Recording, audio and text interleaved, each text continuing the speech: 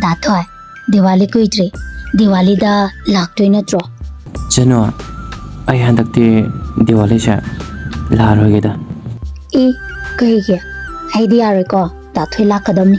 Mi imanabi hoisu moi sailo ina lakani hai.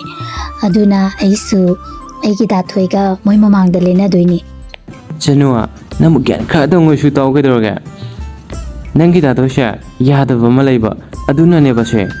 Handaki Diwali shide celebrate toroisheba.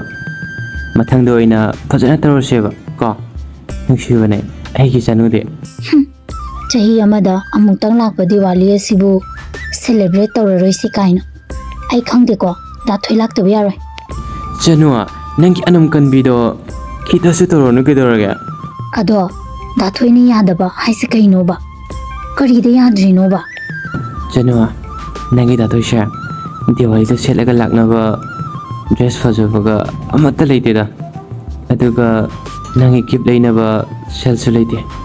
Aduna ne nangbo namanabigi mamangda ikaidrane. Nanga khangnabane habada. Is adugi oire. Dathoi adugi oire di ai kem khande.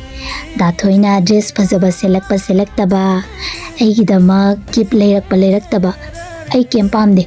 Aina pamjabati dathoi na numituda inakta lakliba masi khaktani aina pambadi. Chano,